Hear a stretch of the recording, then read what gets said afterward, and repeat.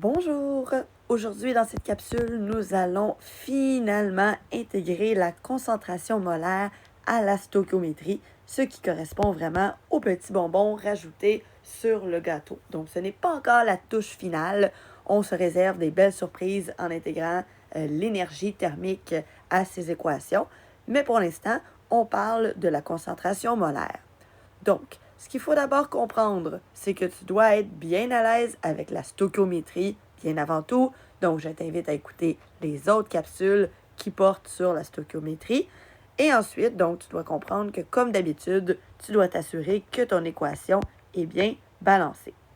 Une fois que c'est fait, tu peux également te tracer ton tableau de base de stoichiométrie qui inclut une ligne de coefficient en mol, une deuxième ligne qui va te donner les valeurs en mol de ton problème et peut-être les valeurs de masse également fournies ou désirées. Pour la concentration molaire, on risque de te donner une quantité en litres et une concentration de départ à intégrer dans ce concept de stoichiométrie.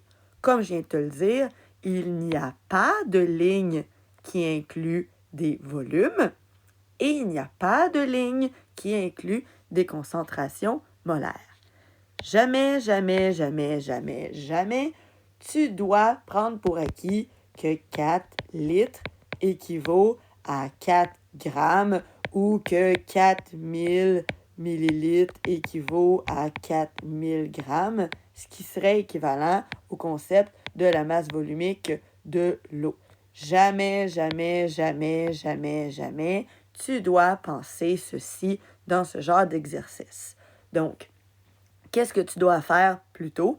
C'est vraiment d'aller regarder la proportion à faire entre la concentration molaire qu'on t'a donnée et un nombre de litres. Donc, ça se fait juste ici, comme tu le constates.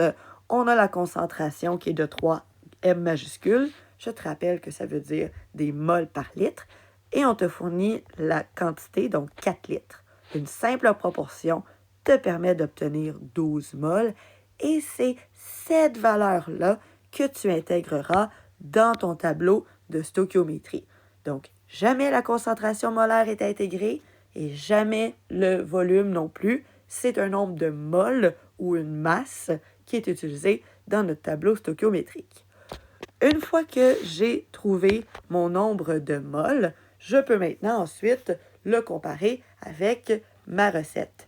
Donc ici, je constate que j'ai 6 fois ma recette de base. Donc, comme dans cette question, on cherche la masse de H2, je vais faire la même déduction côté H2 pour déduire ma recette. Elle est multipliée de quelle manière? Dans ce cas-ci, fois 6. Et donc, j'obtiens 6 moles de H2. Je connais la masse molaire de ma molécule H2 en allant consulter le tableau périodique 1,01 plus 1,01, ce qui fait que 2,02 grammes correspond à une mole. Et cette fois-ci, j'ai 6 moles. Donc, je trouve ma masse. Et justement, en faisant le calcul, j'obtiens 12,02 grammes. Et ce serait ma réponse finale. Je peux aussi utiliser, si tu n'aimes pas les proportions, la formule M est égale à M sur N.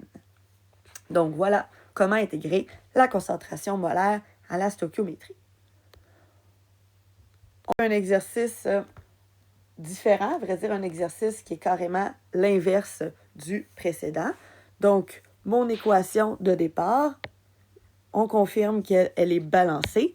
Donc, je peux rajouter mes coefficients 1, 1, 1, 1 et 1 ici.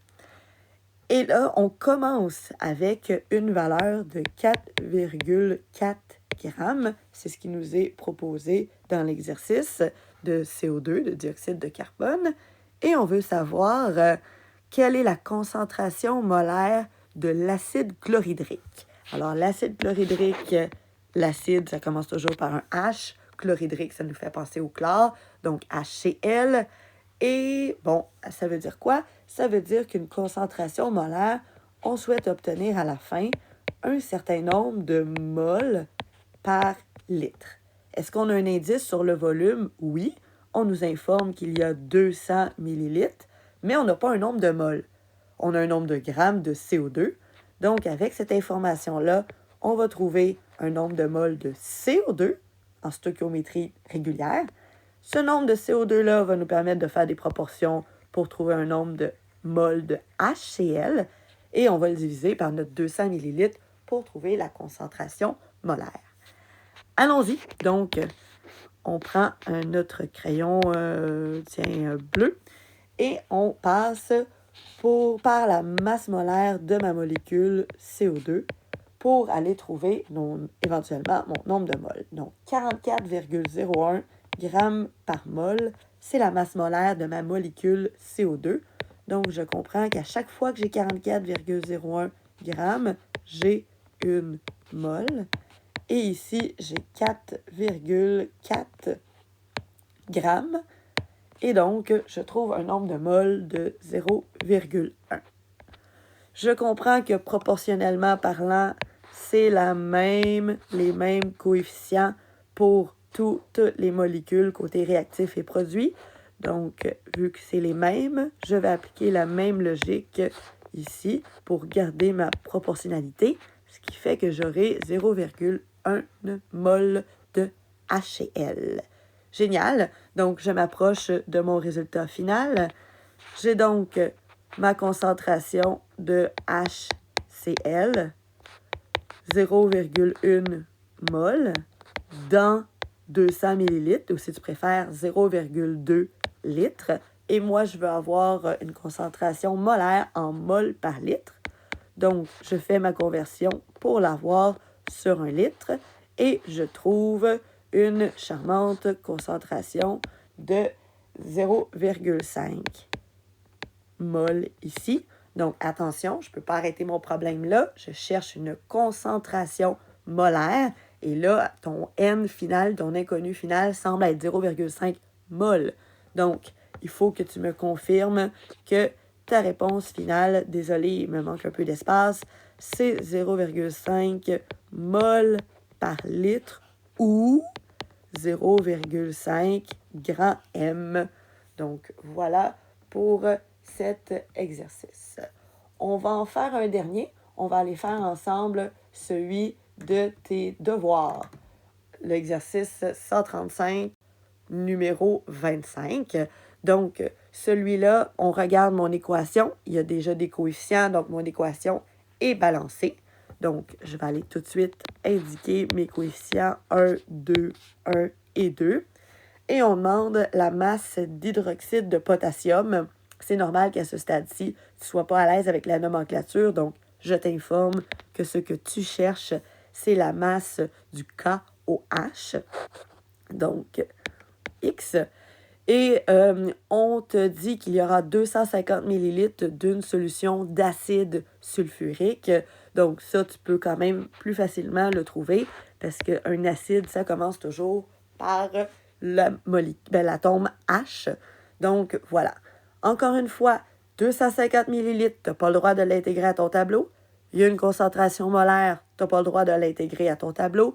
Il faut donc faire un rapport de proportionnalité en premier qui nous confirme qu'à chaque fois que j'ai 1,5 mol pour 1 litre, cette fois-ci, j'ai 0,25 litres, ou si tu préfères, 250 millilitres, et je trouve un nombre de moles qui va être égal à 0,375 moles. Et c'est cette quantité que j'intègre à mon tableau, donc 0,375 moles. Ensuite, je fais mes proportionnalités pour trouver le nombre de KOH dont j'aurai besoin. Ici, on confirme que je fais fois 2. Donc, je fais le même fois 2 et j'obtiens 0,75 mol.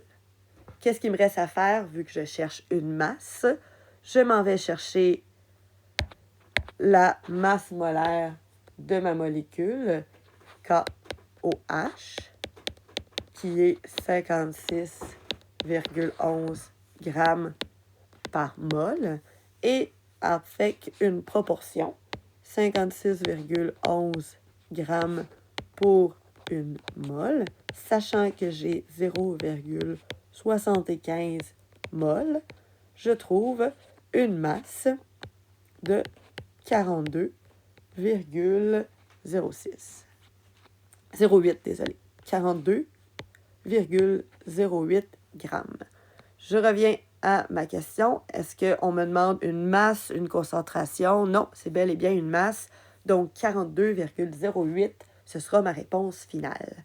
Donc, voilà ce qui résume les exercices de stoichiométrie avec la concentration molaire. Ça veut donc dire, en résumé, que tu dois soit faire une proportion avec la concentration et le volume avant de faire de la stoichiométrie de base, ou comme dans l'exercice précédent, commencer par faire de la stoichiométrie de base et ensuite, avec un volume donné, trouver une concentration. Je te souhaite une excellente fin de journée. Bye bye!